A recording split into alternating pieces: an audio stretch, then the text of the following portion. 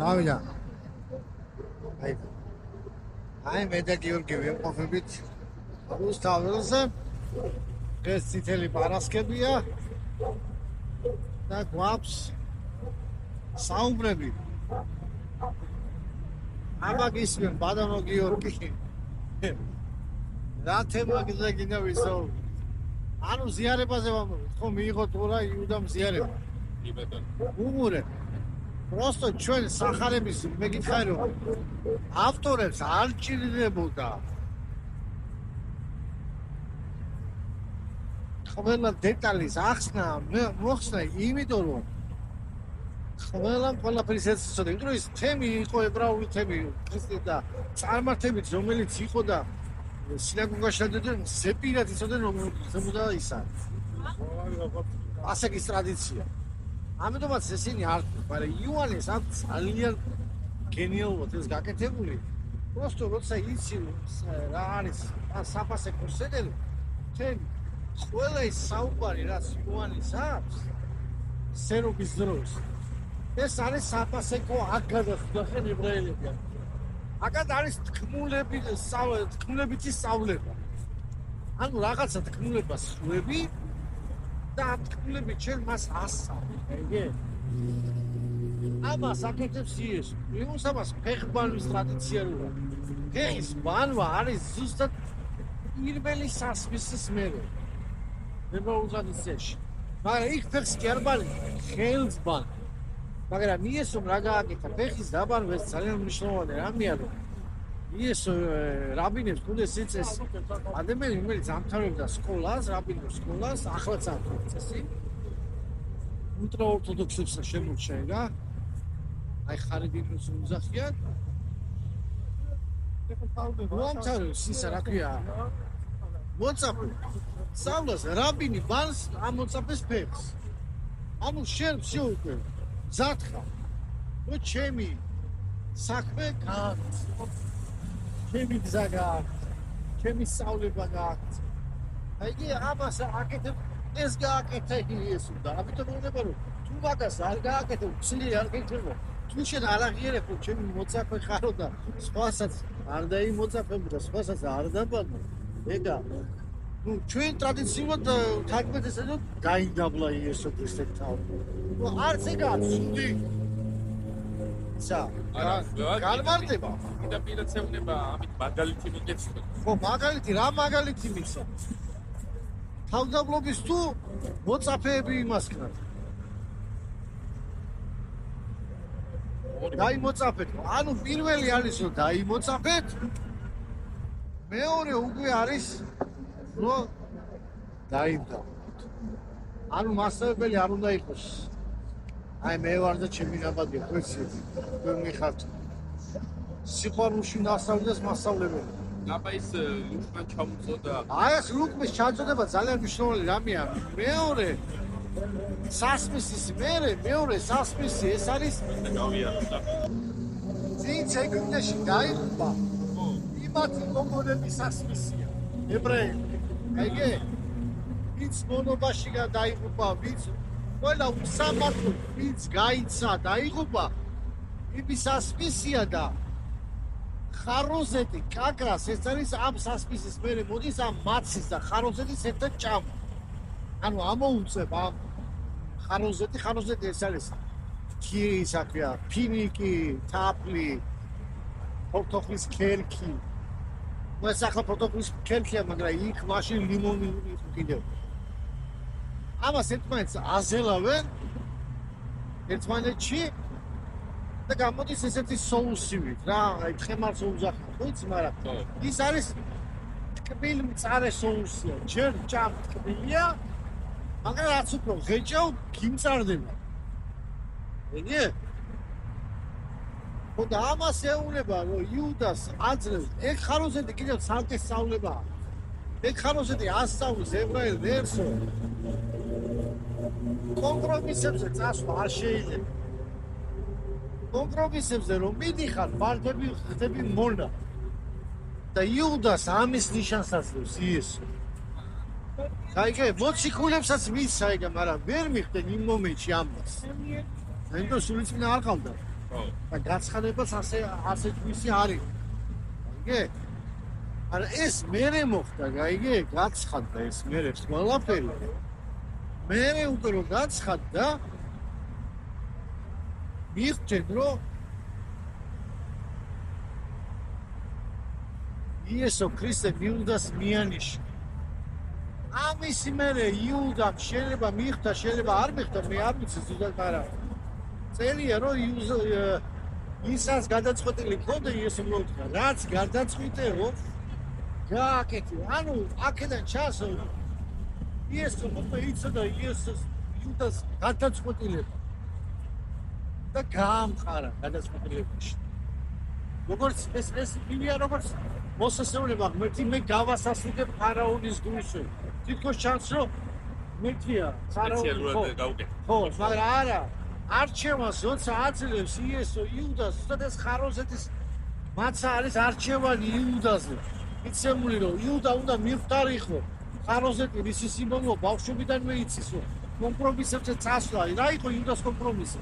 ხუთი მიეცედა იბარავდა ხო. გაიგე?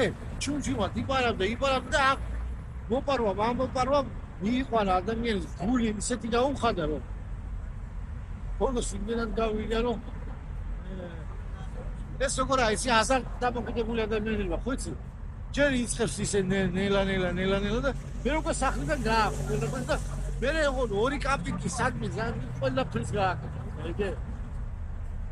აი იოანესის 4 სასწრისი წერილი ყველა საკითხავთ არა არც იმას არ აქვს ნახარობელს მაგრამ უყურე ჭამის შემდეგო ლუკა ამბობს ჭამის შემდეგ აწია იესომ სასმისი და თქვა რომელი ჭამის შემდეგ ამ ხაროზეც უჭამი ესა მესამე სასმის აიგე ჭამის შემდეგ მანამდე არ ჭამე არ შეიძლება პირველი ორი სასმისი არ იჭმევა პირველი არის კიდუშ ხევაჭონა პრიმე მეორე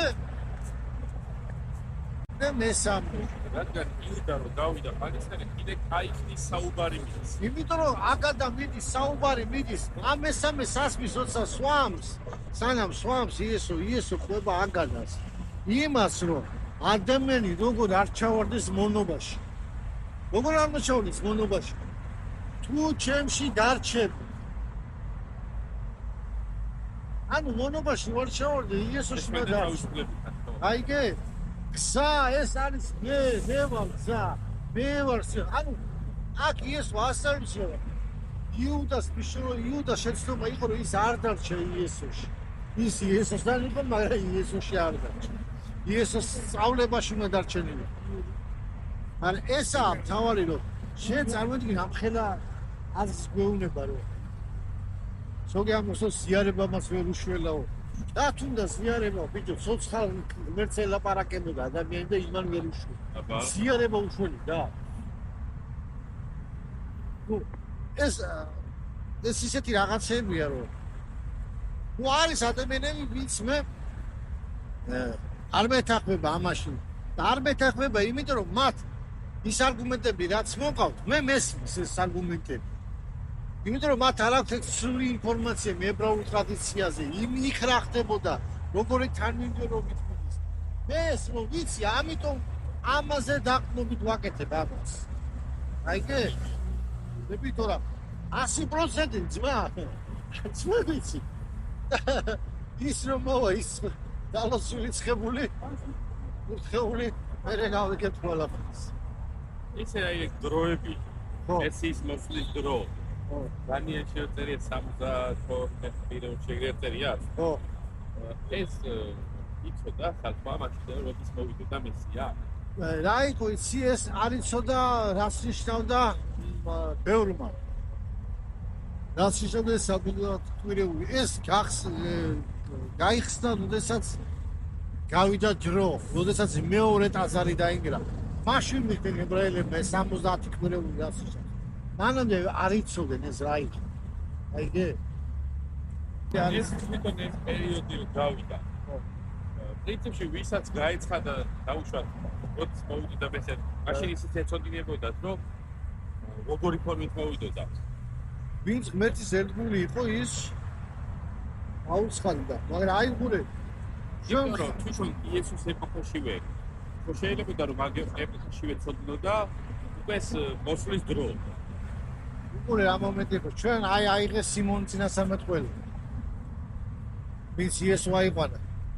მას ქონდა გამოცხადება რომ ის არ ეხილავდა არ მოხდებოდა სანამ არ ხო, მაგრამ მან არ იცოდა ის როგორი მან მოვიდოდა. ხო როგორ მოვიდოდა მან არ იცოდა. ამიტომ იყო ის სტანდარტში იყო სტანდარტში ხდება გამოცხადება გვერდით. ახლოს და იქნებ რამე აიგე მაგრამ არის მეორე ვარიანტი სიმონმა იცოდა რომ მესია გაიბადებოდა მაგ დროს და ამიტომაც ელოდებოდა მის იმას. მოკლედ ერთი სიტყვით რომ თქვათ ბრატ რა მაინტერესებს და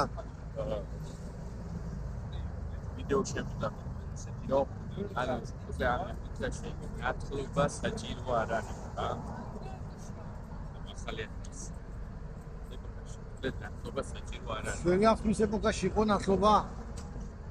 არა, ახალ ახმაზე ვისაუბრებ. აი, გასაგებია, თუ არა საჭირო, ესე იგი ძველ ახმაშიც არ იყო საჭირო.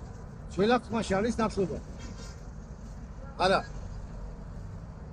მოსისთან ერთად ეს პავლე ამბობს სიმბოლო იყო ესა, სიმბოლურად გავlo პავლე. ეგა. ძველ ახმაში ებრაელები ნათლებოდნენ. ანუ თემი ეს აბსურდია უკვე. ვინც მაგას ამბობს ახალ ახმაში ნათლობა აღარაა საჭირო. ესე იგი ის ვარაუდობს რომ ძველ ახმაში იყო საჭირო. ის უნდა შეცდომაში შეგვანი ძველ ახმაში არ იყო. და ახალ ახმაში საჭიროა მაგას ათლობა საჭიროა. თუნდაც საჭირო რომ მოდის. ხო. ფილიპინად დავს. აი, ჯოეთ საჭირო იყო და ეგ არის ფიზიკა ახლა დალდება ნერთან. შედიხარ ახთუნაში. ეს არის უსისხლო ახლა. იმიტომ რომ სისხლი უკვე დაიღვარა. აიგე?